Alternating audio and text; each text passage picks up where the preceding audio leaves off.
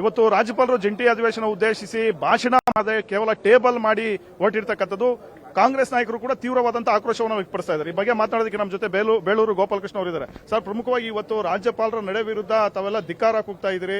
ರಾಜ್ಯಪಾಲರು ಕೇಂದ್ರ ಸರ್ಕಾರದ ಬಿಜೆಪಿಯ ಏಜೆಂಟ್ ಅಂತ ಆರೋಪಗಳನ್ನು ಮಾಡ್ತಿದ್ದೀರಿ.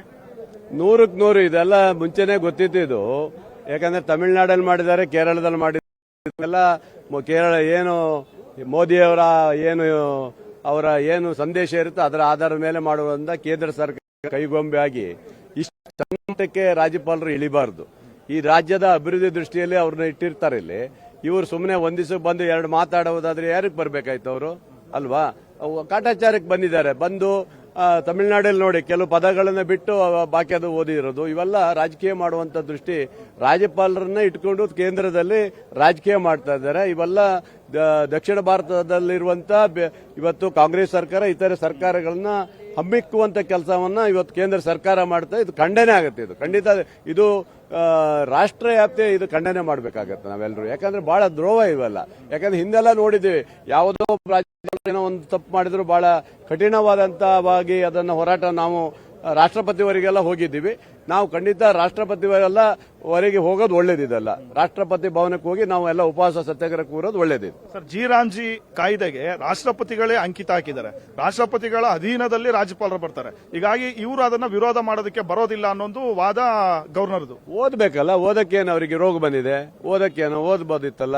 ಕೇಂದ್ರ ಸರ್ಕಾರದ ಅಧೀನದಲ್ಲಿರುವಂತದ್ರಿಂದ ಆ ತರ ಮಾತಾಡ್ತಾರೆ. ಬಿಟ್ರೆ ಓದಕ್ಕೇನಾಗಿದೆ ಅವರಿಗೆ? ಓದ್ಬೋದಲ್ಲ. ಯಾಕೆ ಓದಲ್ಲ ಅವರು? ಇರ್ಬೋದು, ರಾಷ್ಟ್ರಪತಿಗಳು ಅಂಕಿತ ಹಾಕಿರ್ಬೋದು, ಹೋರಾಟ ಮಾಡಬಾರ್ದಂತ ಏನಿದೆಯಾ?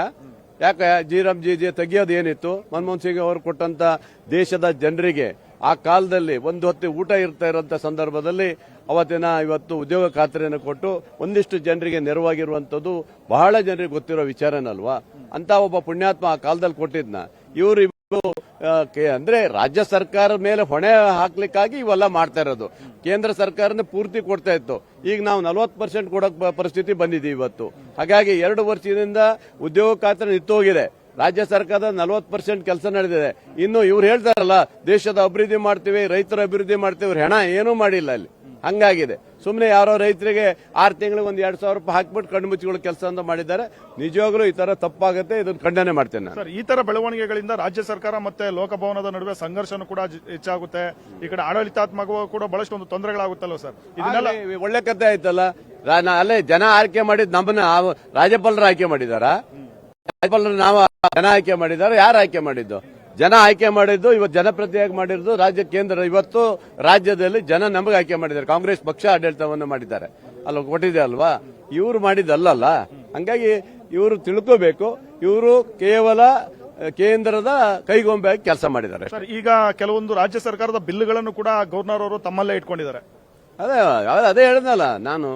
ಎಲ್ಲ ಬಿಲ್ಗಳನ್ನ ಕೇಂದ್ರದ ಮಂತ್ರಿಗಳು, ಕೇಂದ್ರದ ವರಿಷ್ಠರು ಏನ್ ತೀರ್ಮಾನ ಮಾಡ್ತಾರೆ ಆ ಪದ್ಧತಿ ಪ್ರಕಾರ ಇವರೆಲ್ಲರೂ ಕರೆಕ್ಟ್ ಆಗಿ ಮಾಡ್ತಾರೆ ಅಷ್ಟೇ. ಬಾಕಿ ಯಾವುದೂ ಇಲ್ಲ. ಬೇರೆ ರಾಜ್ಯದಲ್ಲಿ ಯಾವುದೂ ಇಲ್ಲ. ಬೇರೆ ರಾಜ್ಯದಲ್ಲಿ ಅವ್ರು ಏನ್ ಹೇಳ್ತಾರೆ ಎಲ್ಲ ಬರುತ್ತೆ. ಅವ್ರು ಏನ್ ಕಾನೂನು ತಂದ್ರು ಬರುತ್ತೆ. ನಮ್ಮ ರಾಜ್ಯದಲ್ಲಿ ಮತ್ತು ಕೇರಳದಲ್ಲಿ, ತಮಿಳುನಾಡಲ್ಲಿ ಎಲ್ಲೆಲ್ಲಿ ಬೇರೆ ಬಿಜೆಪಿ ಅಲ್ಲಿ ಇವ್ರು ಏನ್ ಬೇಕಾದ್ರೂ ಮಾಡ್ತಾರೆ. ಸೊ, ಇದೆಷ್ಟು ಬೇಳೂರು ಗೋಪಾಲಕೃಷ್ಣ ಅವ್ರ ಮಾತು. ಕ್ಯಾಮರಾ ಪರ್ಸನ್ ಧನರಾಜ್ ಜೊತೆ ಆನಂದ್ ಗುಡಿ, ಪವರ್ ಟಿವಿ.